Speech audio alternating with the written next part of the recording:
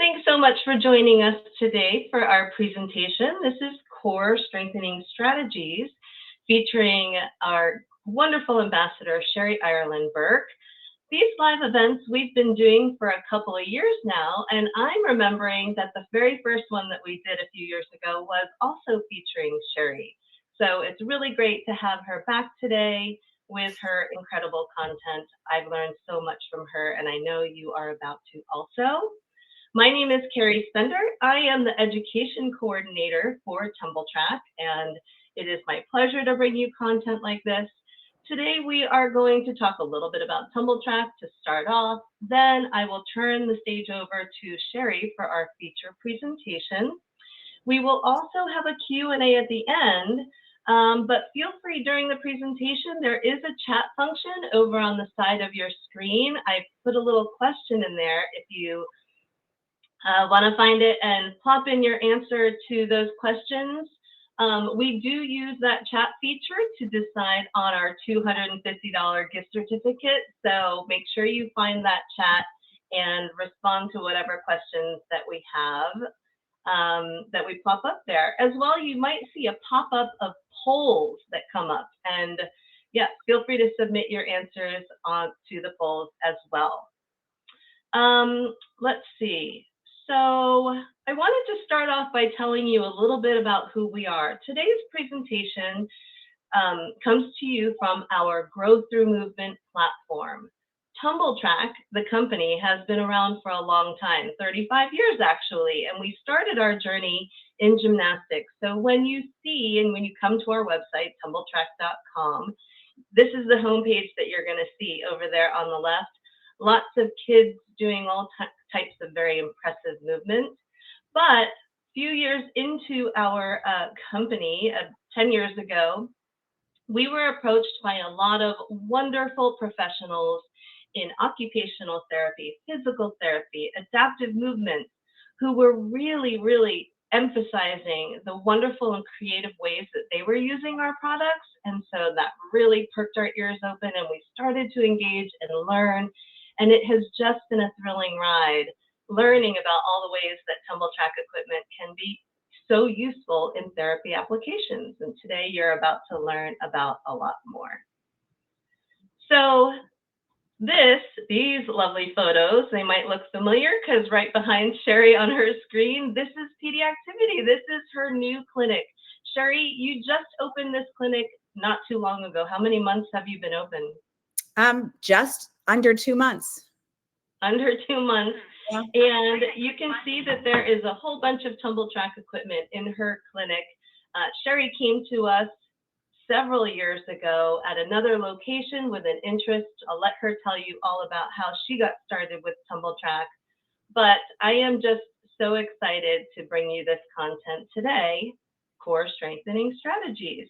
So Sheri, welcome to the stage, and we're so pleased to have you.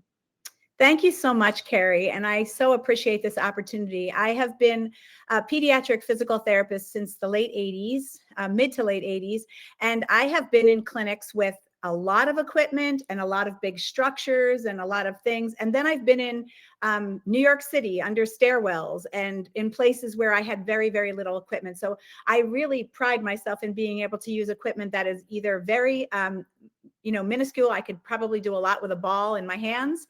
But I have now the opportunity with my very own clinic. My partner, Michael Fahey, and myself have a clinic, and we are, I'm able to kind of put in it exactly what I wanted. And what I wanted was a flexible space that I could make into whatever creative space that I wanted. I'm not stuck with big structures and things that I have to use a certain way. And so because I don't have a one-trick pony of a resource, I have all this equipment that I can fold up and put in a very small space, or I can open up and use it however I want. And that's really what attracted me to Tumbl and what keeps me through many clinics that I've outfitted over the last, 15 to 20 years. I feel like the more I know about this company, the more that I use it. And you'll hear me talk about it through this presentation, but I really want to get started and tell you why we're here today. So we're talking about core strengthening strategies, and we want to know why core strength is so important. We want to know how to identify kids that have core strength issues, which is all of them. And then what do we do about a weak core? And so that's what we're going to talk about today. There is not a time that goes by when a parent doesn't either call or come into my clinic and say, the teacher says my child has a weak core, the occupational therapist is working on core. And so I always turn that back onto the parent and I say, well, what do you mean by that? What do you mean your child has a weak core? And they don't always have an answer for me. In fact, most of the time they're like, I guess their stomach muscles are weak. I mean, I have a weak core too, they always say, and so do I.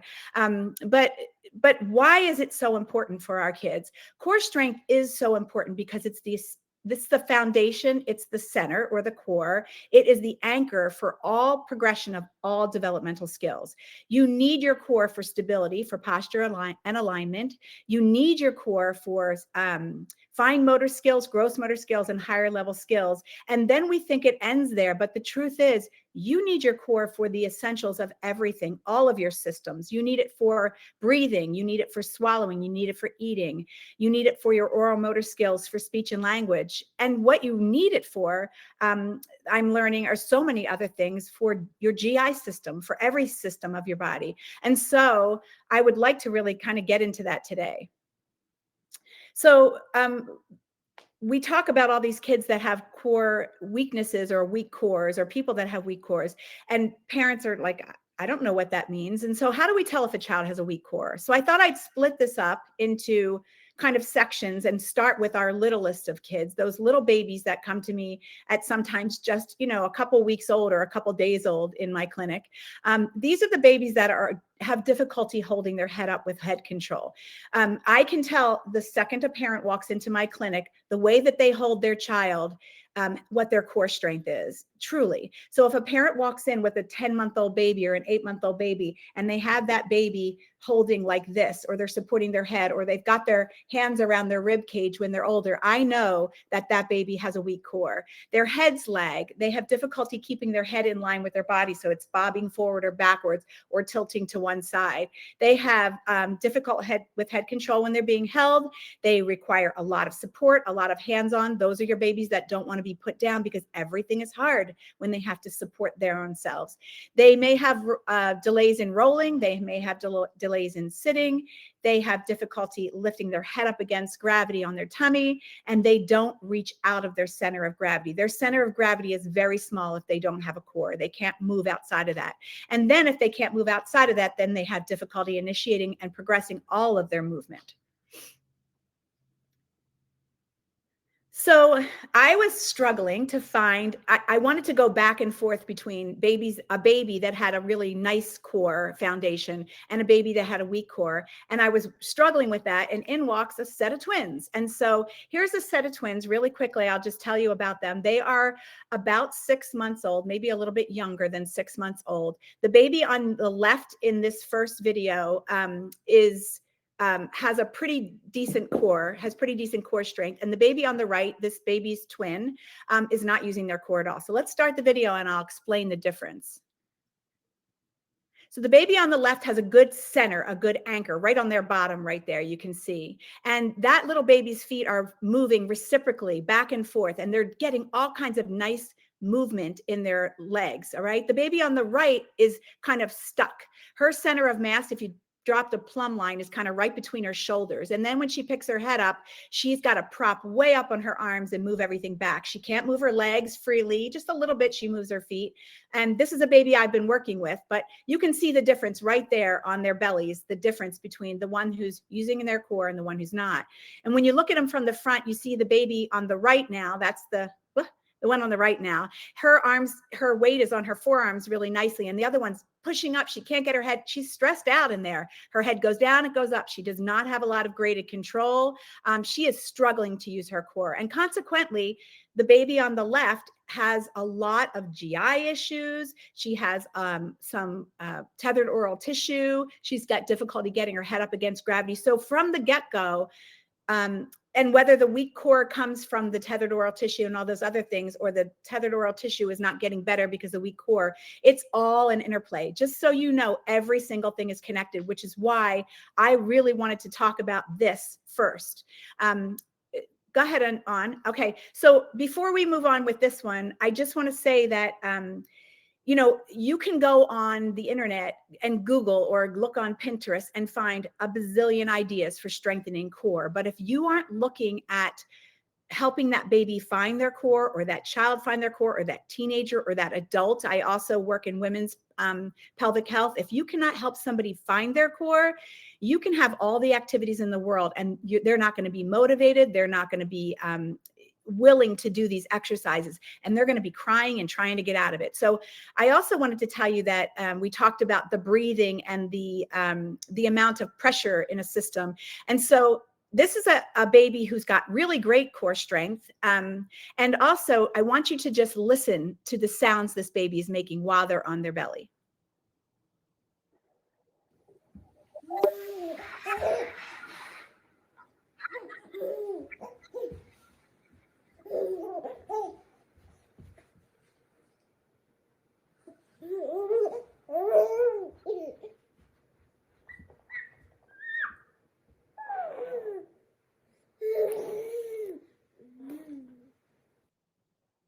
That is so important. And so I just want to, if you are a therapist or a parent and your baby hates tummy time and they're making a lot of noise when they're on their belly, I know what they're trying to do often. And you know, if that baby is stressed out, you certainly don't want to stress them out. But if they're kind of just fussing a little bit and making a lot of noises and maybe a lot of sounds, they're working on creating a pressure system. And we're going to talk about that in a little bit. But I wanted you to hear that. Once that baby is over on their back, and this is the supine position, if they have their core engaged, they can tuck their chin, they can bring their hands to their midline, they can start to integrate their primitive reflexes, which is another topic we can talk about. They bring their knees up and their feet up against gravity. This is a baby who's got a really good solid core foundation or center. When they're on their belly, they're lifting their head up. This baby's high up on their arms, but he's not stuck there like that one twin was. The baby can grade their control up and down. They can move up and down. They can make an airplane kind of and hold that belly. But everything is in the center, and their center of mass is back. And that is so important when we have our kids that want to toe walk, or our kids that aren't crawling. This is a precursor to that, because their center of mass is back and they're using the space behind them. In their sitting, they can put their hand down, prop up, start to reach out, get their head up, interact. And in the next one, you can see they can pick up a toy and bring it to midline. Look at that baby's nice lordosis. Their pelvis is in neutral, their core is pulled in, their legs are relaxed so they can kick their feet and move about. And this is what a baby looks like with a nice healthy core. And then, of course, once that core is stable, then they can then move. And you can go ahead and start this and we can see that.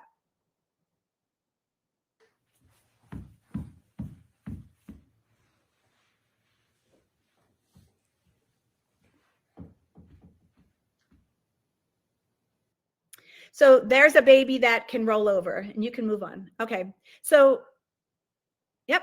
So once that baby is, you know, kind of 12 to 18 months old, we're going to look at all those things we looked at before, and we're going to do that all the way up until they're, you know, 60. But then you're going to look at those babies and toddlers that are having difficulty getting up on their hands and knees. They're having, we're moving on to the next thing. Okay. They're delayed creeping and crawling. They can't get their bodies up against gravity. They cannot rock back and forth. They're not moving in and out of positions. They're having difficulties transitioning into sitting or side sitting or quadruped, which is up on all fours. And they're having difficulty pulling up to stand or getting up to stand or squatting. I mean, the list goes on here with our little ones. And they're typically the kids that we see that aren't walking by 16 to 18 months have a weak core. They don't climb over cushions, obstacles, stairs. They're happy in the containers that we put them in. So when I see babies who are really happy in a car seat or any of the containers that we put them in, or any of the sling seats, then that's why. They could spend hours in there because they don't have to do any work. And then we move on into our older toddlers to 3 years old, and you can just read down this list. You'll identify with some of these with all of your kids. They are W-sitting. They have stiff, their legs are sticking out. Their belly is sticking out. Their back is arched. They're going up on their toes because they don't know how to get their center of mass back. Their balance is poor. They have difficulty paying attention, difficulty with their muscle tone. Sometimes it's high or low.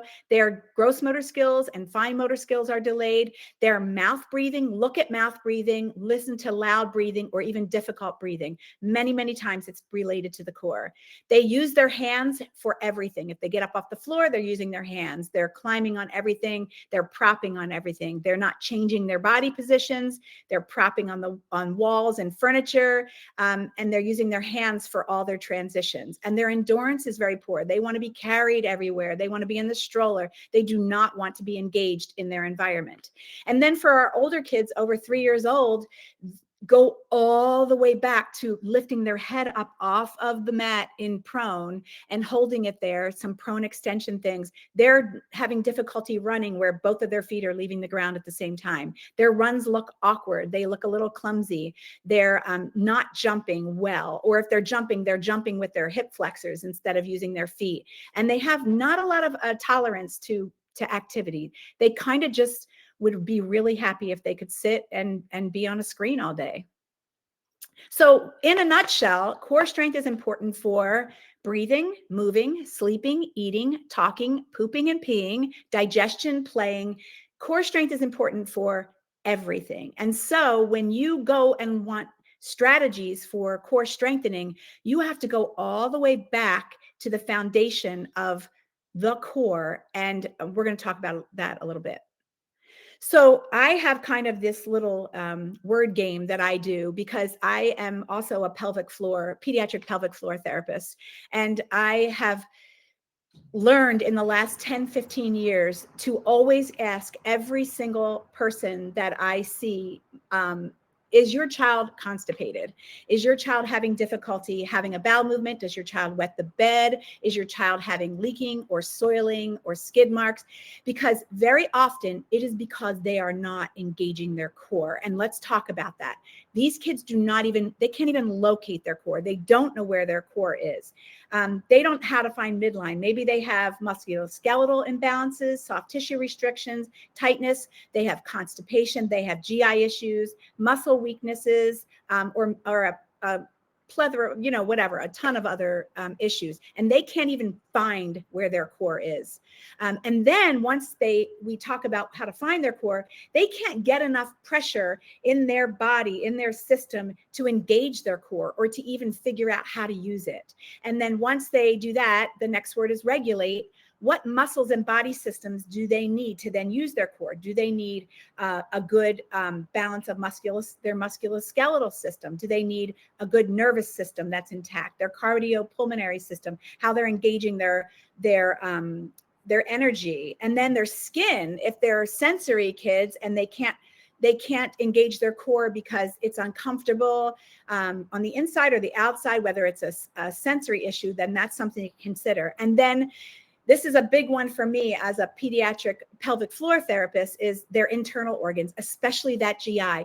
Let me tell you, if I am constipated, I don't want to be in tummy time. And it doesn't matter if I'm 2 weeks old or 65 years old. I don't want to be in those positions. I don't want to be using my body in some of these ways, or rolling over, engaging my core. These are your babies who don't want to sit up. They probably are constipated. Please ask that question.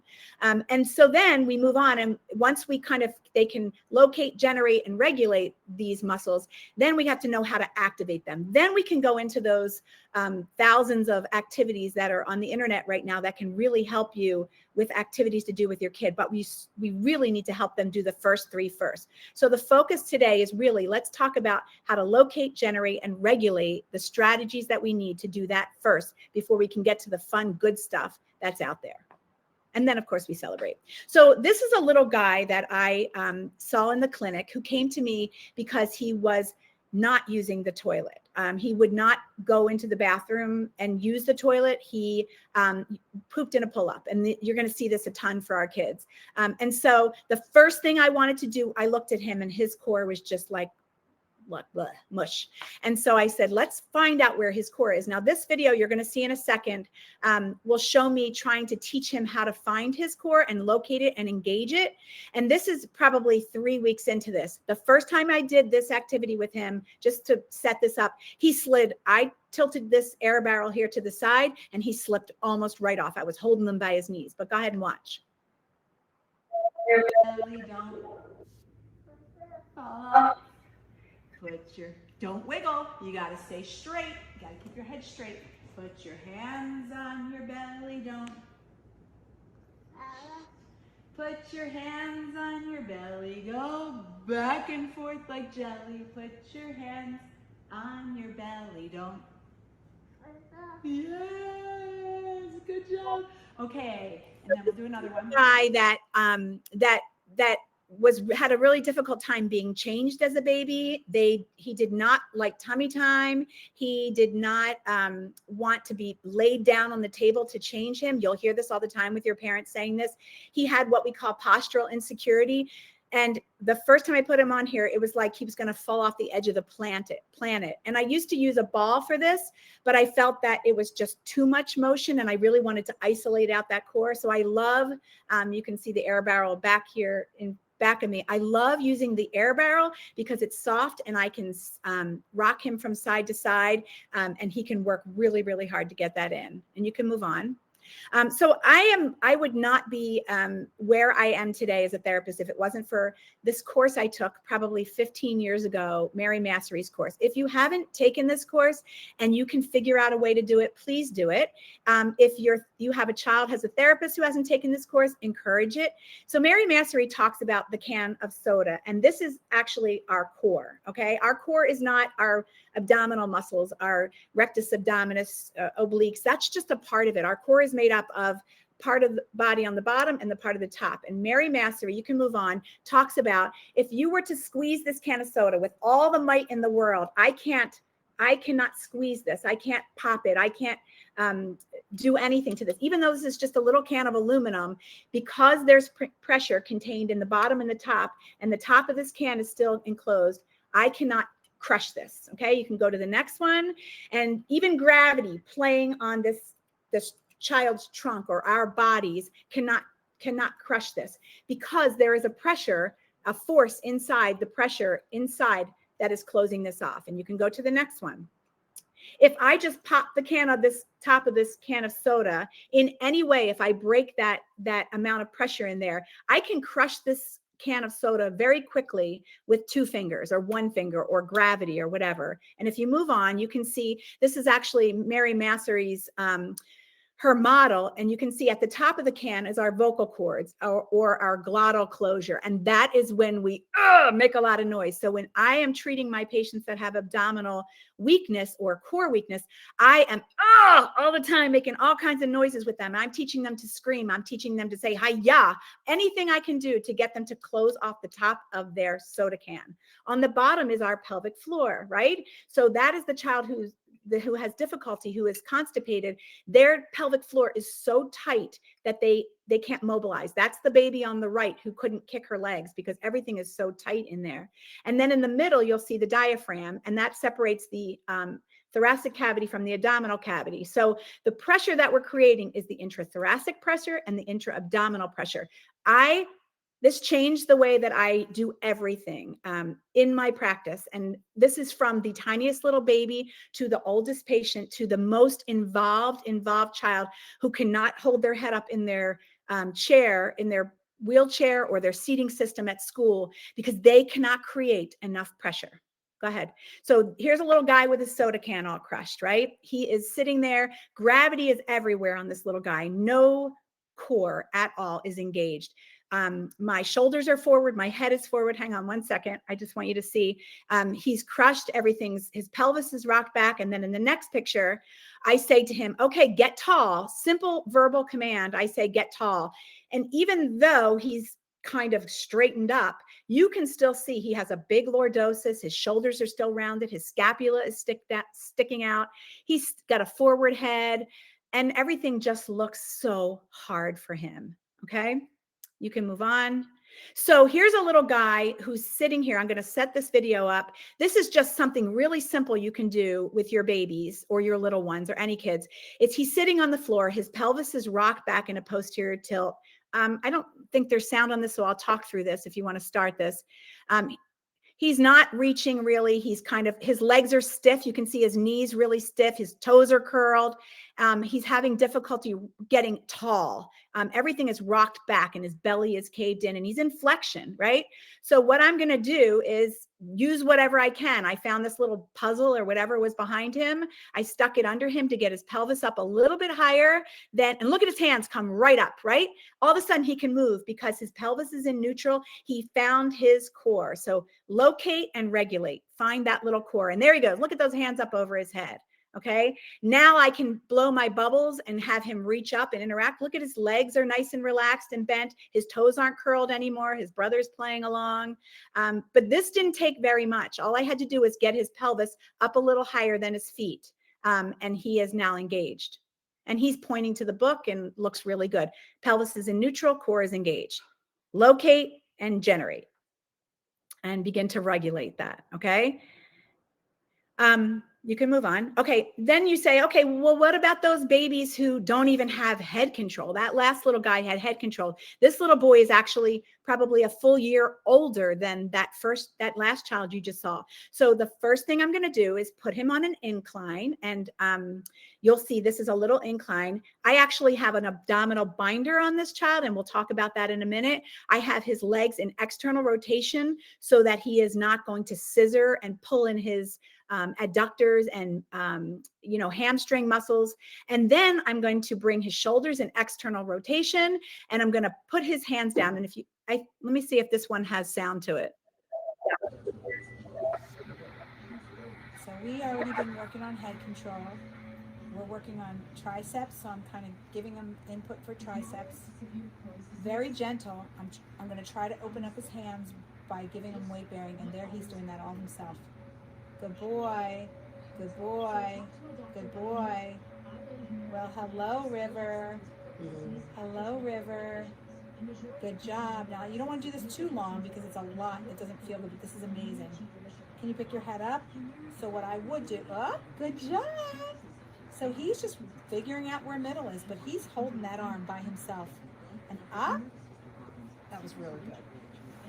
So you'll hear me say that all the time. He's figuring out where middle is, figure out where middle is, figure out where your core is, locate, locate, locate, regulate, regulate, regulate. Before I can do all these things. So when I'm going to show you this in a second, you can move on. When I look at my kiddos, let me go back a second and talk about the binder. No, that's fine. You can go ahead, but the binder in the next slide.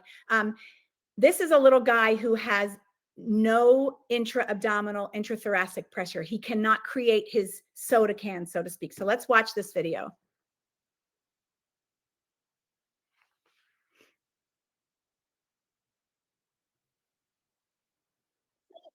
You blow the bubble? Maverick, blow it. Blow the bubble. So he can't get enough air capacity to blow it. You can see him trying. So we're just going to you're going to hold this for a second. Can you hold this? And I'm going to put this binder on him. And I'm just going to pull it. I'm going to pull it snug. I wouldn't say it's tight, tight, tight, but it's snug. And I'm just approximating his rib cage, and then watch him now. Okay, go ahead. Blow the bubble. Blow the bubble. So you can see that he needs this. This is. Can you blow again? So he was able to very quickly generate enough pressure, intra-abdominal, intrathoracic pressure, to get upright and to blow. So if I can't breathe, I can't function, right? And so that is the name of Mary Massery's course, one of the courses that I've taken. And I can't say enough about how important it is to make sure the child can create that pressure in the system. Okay, you can move on. So here we have a little girl in the video on the left, which we'll start in a second. She cannot hold her head up very well against gravity here. She's working with a speech therapist. I'm sitting behind her. I have her on an incline, and you can see the incline in both pictures. This incline is my very favorite piece of equipment that Tumbl Trak makes. And I have a closet, a garage, a storage unit full of inclines, but this one is it's more firm than the rest of them. So I can sit on it with the child, and the speech therapist is sitting on it with the child, and it's not going to change. It's a little bit compliant, but it's not going to change the ability of this piece of equipment. And so if you watch, you can see us working on just that. The binder's on her.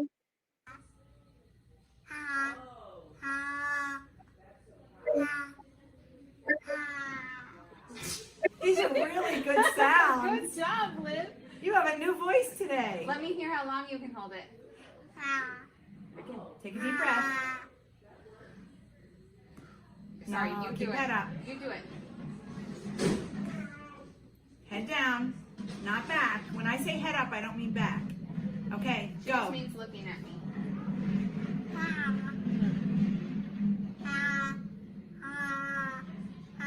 Which is giving her a neutral pelvis. And then I have just a, what do you call it, shelf liner under her to keep her from sliding forward. And she's actually knows how to use her hands and put her hands. So that's a little girl who cannot sit independently. She can now, she couldn't then, could not sit independently, couldn't play, couldn't engage. And when I got her on that incline and engaged her core, I could slide her in front of a dollhouse and she could play with all the different levels of the dollhouse. She could play with things on a vertical surface. So we are locating, generating, and regulating in that. And then once we do that, we can start to activate, okay? So I want you to watch this little guy progress in one session.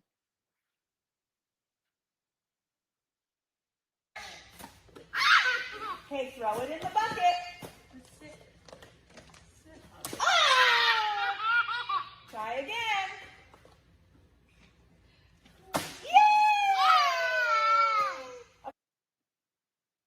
So this little guy has a neurological disorder, and he is not able to engage his core while he's sitting on the floor. But the second I put him on this little inclined surface, he is engaged. And then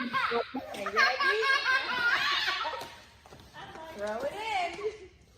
You gotta go down and get it. Yep. Reach down. Yeah, get it. There you go. Throw it.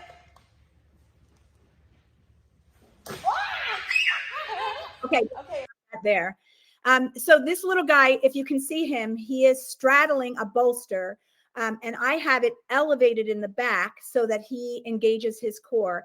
And then I love this. These are 3 half rounds that Tumbl Trak makes that have the same stable kind of inside that everything else has, but they're super light. So the kids can carry these themselves. I can put this in my car and take it wherever I want to take it. But he's able to move in medial laterally. And then look at the next slide. This is maybe a week or 2 later. Look at that. We start adding the breathing, and we start adding the vocalizations and closing off that glottal closure. And all of a sudden, look at this. He can reach things on the floor even.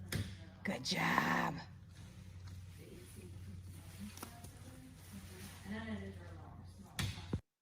And you'll see in that picture of that last one, you'll see shaving cream on the floor.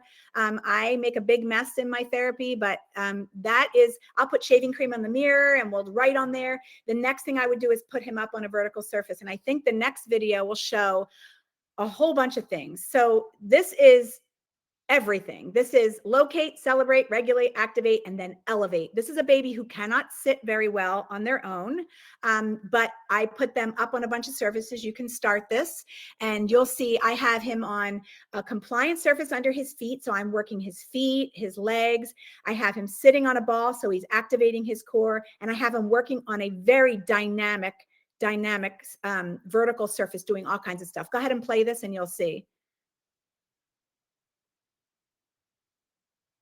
And we're working his core in so many ways and connecting his entire body. And the anchor is his core, right? And we're squealing and yelling, and sometimes he's crying, and that's a way to also get the vocalizations going, but he's really, really working on everything here. And so this is kind of just taking it to the next level and using everything. I love that little hot block underneath of his feet, because that is actually for jumping. Gymnasts use that for jumping and for catapulting off, I guess is the word I would use.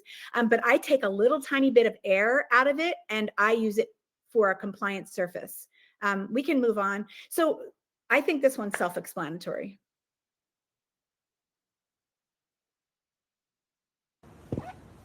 This is the same baby.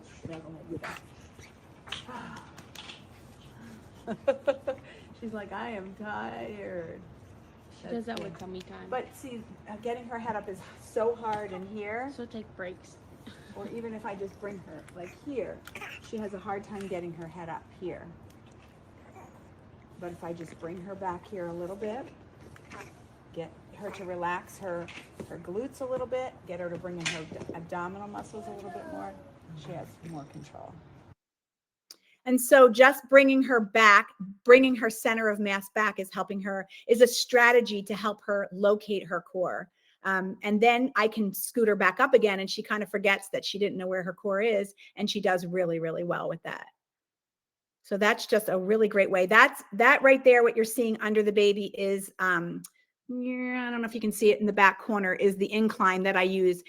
There's 3 different sizes, and I just fold that up, and I love working with my babies on that, because I can be on the floor and have the whole family around me sometimes, and we're working on that. Then it can be an incline. It can, it can turn on its side, and you can work in kneeling, and then you can turn it this way and work in standing. So a lot of times it's like a one-trick pony. I can do so much with this piece of equipment, and it's firm. And then here you can see the hot spot again. This is a child who will not crawl, will not put weight on his hands. So I just elevate the surface just a little bit so that I can get his hands down, so that I can activate his core, and then you can watch. And we'll just play here for a few minutes. It's nice and cushy. It doesn't feel like he's going anywhere yet. He's not going to get all upset too much because I'm not making him crawl, but he's now lifting up his head. He's rocking back and forth, balancing in his flexors and extensors, and using his core to do all of that. And you can move on to the next one.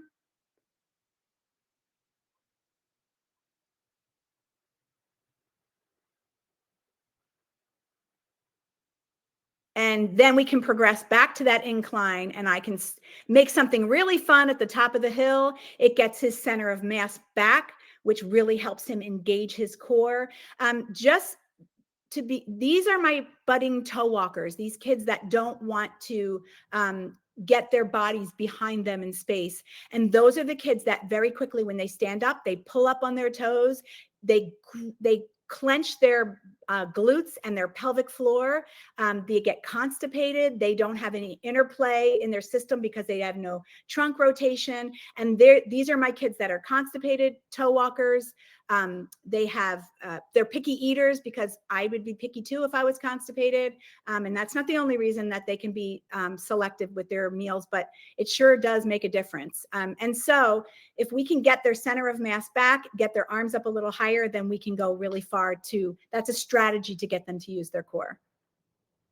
And then I just have my older kids who I want to then incorporate the vocalization in there. So you can hear that on this one.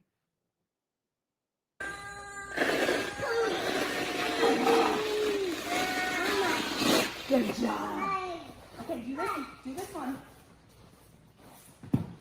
Do it. Pick it up. Pick it up. You do it. Pull. Yes. Give me 5. Your heels down. So I have behind me, you can see the floor is a carpet bonded floor. It's a very loopy gymnastics floor, which if I could only have one thing in my clinic, it might be that, because I'm getting older and my knees, I'm dropping to my knees all the time. But it also, all of the Velcro stuff, the the loops and the Velcro stuff sticks to it. And so it's stable when I want to have the kids on it, but it also makes I make my kids clean up everything because you can see how they're getting their core engaged. So I make a lot of really attractive sounds during my therapy, and then my kids do too. This is the Boundex, which is was created by an occupational therapist for sensory, right? Gives that baby and that child a nice big hug. It's kind of like the size of a card table, and it has different layers of, what's the word? Lycra. And so there's layers and they can get down and into it. But I use it for my babies to teach them where their core is. And if you watch this, you can see.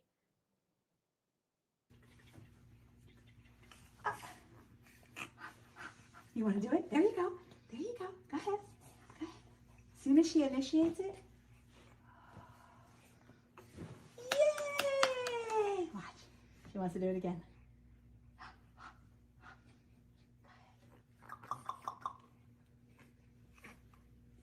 I'm going to just let her initiate it. Oh, good job.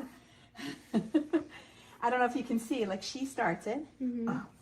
Oh, yeah, go ahead. Go ahead. Go ahead.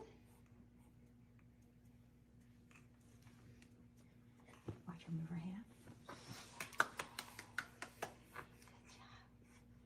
So this baby has figured out where her core is, but she can't move on it. And she has some torticollis tissue restrictions that we're working on, but also too, because she has the restrictions, all the time when I'm facilitating her movement, I'm giving her a lot more input than I want to give her. So this is just a way to kind of I tug just a little bit on a little piece of the Velcro. You can use a baby receiving blanket. You can use lots of blankets. It's a little more challenging on a floor because you have that hard surface, but this is a great way to teach her and to get that input from her proprioceptive system, her vestibular system, and all the other systems. And so, and then here you take it to the next level, and I bring her back over the edge of the table that I'm using. I love treating my babies on a table because then I can bring their center of mass back and down. And so this baby, I'm just working on getting her to use that hand, push up. I can go as slow as I want. But by having her over the edge of the table, I can really now work on her protective responses, and I can work on just bringing her center of mass down a little bit toward her core, or showing her where her core is. So the big point I wanted to get across today in a very short amount of time was, before you have this whole battery of core activities that you do with a child, you have to teach them where it is. When I work with kids who have constipation and belly issues, the first thing I'm teaching them how to do is find their belly, find their middle. When I work with a child with hemiplegia, I always brace my kids bilaterally in the beginning because I want them to find their middle, and then they can start moving off of that middle. What I would like to do is now, and not today because we're kind of out of time, but what I would like to do is invite anyone back for another session where we can then take it to the activate, elevate, and celebrate level, and show you how you can use basic things that you have in your clinic or in your environment like this. This is kind of all little pieces of things that we've put together over time to work on core strengthening, from, externally rotating those hips to get them in a place where they can engage with the strap. I use the strap a lot in my treatment, not just for keeping kids from scissoring when they're walking, but for putting everything in a good alignment, which is a big deal, so that they can find their core, and then we can go to the next level. So I would like to invite you back again. I think that is our next slide. On June 12th at 1 p.m., same time, same place. And I think that's different depending on where you are. But what we would love to do is now go to the next level where we're activating and elevating these kids, now that we understand how important it is to help them find their core, locate it, and then regulate it, and then create that pressure system. Sheri, oh my goodness, I know that you are full of so many more ideas. So it's really exciting to think that we have the sequel, the part 2 to this event. The registration page is already up. So if you went to tumbltrak.com/events, you would be able to register for that event right away. I'll also send an email, a follow-up email to everyone with the link to register in case that you are interested. Sheri, during your presentation, we did have a couple of questions, if you have a second. So Sarah was wondering if you could address how core and hamstrings interact and affect each other. So when my kids' hamstrings are tight, that is a flexor of the body, right? And so it changes the position of the pelvis. It changes the elongation of the legs, and so we're pulling our kids into a flexion. This, I could do an entire thing on just that, but many of our kids with high tone will bring their legs into internal rotation. Those are the kids that scissor when they walk, right? Their legs cross over. Or just think about if you were going to sit up and you were going to pull your core in, you sometimes will cross your legs to get stability to get up. And so I bring them into that external rotation. And also think about how the femur fits into the hip joint. I do a lot of serial casting. And so when I am working on getting length in my hamstrings, I am positioning. I know we've gotten away from alignment a lot in physical therapy over the years when we've tried to kind of like trade alignment for function so we can get kids moving and having fun and everything. But I think we need to bring it back to alignment. So that's why I worry about all the body parts. I look at the little toes flexing when I'm working with a kid. I know they're not using their core if they're doing that. So I don't know, did that answer your question? I could talk about that forever. Yeah, thanks. Another question from Robin, would you use the binder all day or just during a therapy session? So I'm going to talk, if you don't mind, I use two binders. This one is, and we'll talk, I have it up at the end. This is called the Hero Hug. This is by a therapist in Iowa Maria Teresa Ferrer, who I have the utmost respect for. This one is gives a little bit more. This one would work kind of like you would use a Bennick or a Spio. It gives a lot of kind of heat to the core. It's made of like a neoprene. And this I would use kind of with my babies and with my kids to kind of make them feel like they're being supported. And so they have more kind of confidence. And then I have another one this is the one that Mary Massery, that I've decorated, that Mary Massery uses. This one is an abdominal binder by RCAI. And if anyone wants to message me, I can give them the information. And I would use this one. This is another one that I use for that. But the answer to the question, many times I will use it in the beginning of my treatment to approximate the rib cage and to teach that child where they were. I would tell you the little boy who was blowing the bubbles out, by the next week, I didn't need that binder anymore on him. So I would use it to kind of teach them where it is. And in the same session, I would take it off and I would do the same activities. And a lot of times they don't even get that they don't have it on anymore. They just kind of felt where it goes. It's like kind of like kinesio tape. You know, you put it on and then you still feel it afterwards. So I would say maybe 15 or 20 minutes of my session, not for prolonged times, but very intentionally I use it. Nice. And then Amy asked, what is the idea behind the water flippers? Oh, water flippers. Oh my goodness. That's for your toe walker, your kids that walk on their toes. The flippers are on the feet to bring the center of mass back, because it's like the clown's feet that are really long and out, and you cannot go up on your toes in them. But it also brings the center of mass back. So that little girl, if she was trying to pull that half round off the floor, she would have gone up on her toes immediately to try to pull that up, because that is how she stabilizes instead of using her core. So the flippers kept her center of mass backwards, and then she was able to pull it up. Does that make sense? Yeah. Please use flippers with your kids. They're the best. As you know, Sheri, some of our audience attending today are coaches. I did a little poll in the beginning, and so it was really neat to see who are demographic watching the event today.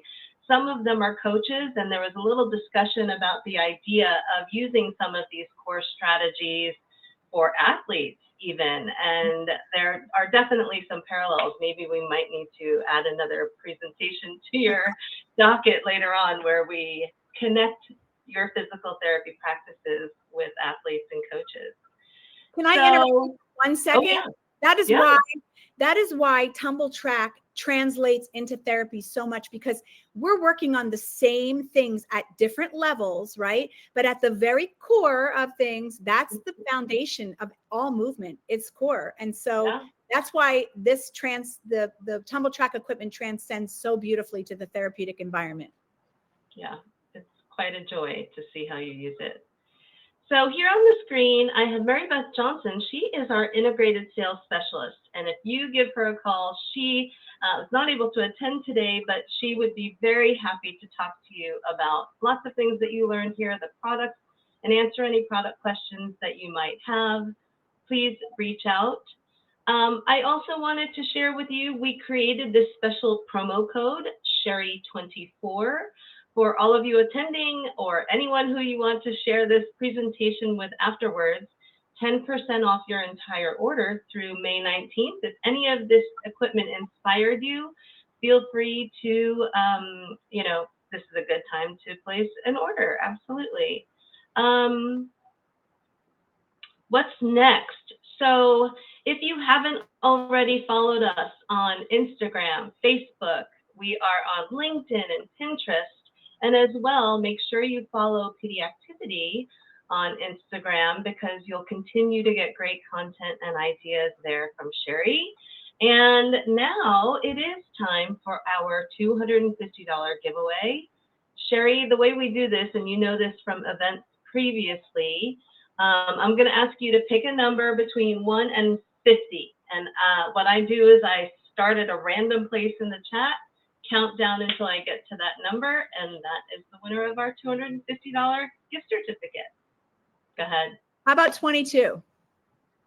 22. All right, I'm starting here. 1, 2, 3.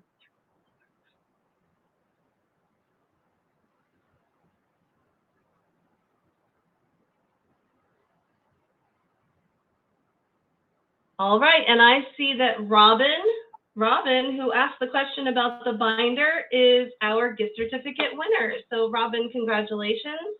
If you are still here with us at the presentation, drop your email right into the chat, and I will make sure to get you that gift certificate. I did also want to let you know that I do have a handout that Sheri shared with me about the Hero Hug. I will send that out as a follow-up as well. Farah Pediatric, Sheri, did you want to mention them as well? That's Ferrer Pediatrics is Maria Teresa Ferrer is who I trained with for my advanced level serial casting, and also the other thing up there is Mary Massery, who I highly recommend if you can get her course, or go and Google her and look at some of her videos. It'll be very valuable to your practice and to your child. Yeah. So finally, just a ginormous thank you to you, Sheri. This content is always so useful, and it would encourage everyone, when you get that follow-up email, I'll leave the link. Again, tumbltrak.com/events. Sheri actually has 3 other live presentations that we recorded, one on toe walking, one on I saw that there was someone interested in seeing your gym, all of the different surfaces that you can use to help your therapy practices. And so please do feel free to reach out using our contact information here. Again, you'll get a recording. But Sheri, thank you for your time, and thank you everyone for attending. I hope you have a wonderful day. Thank you. Bye.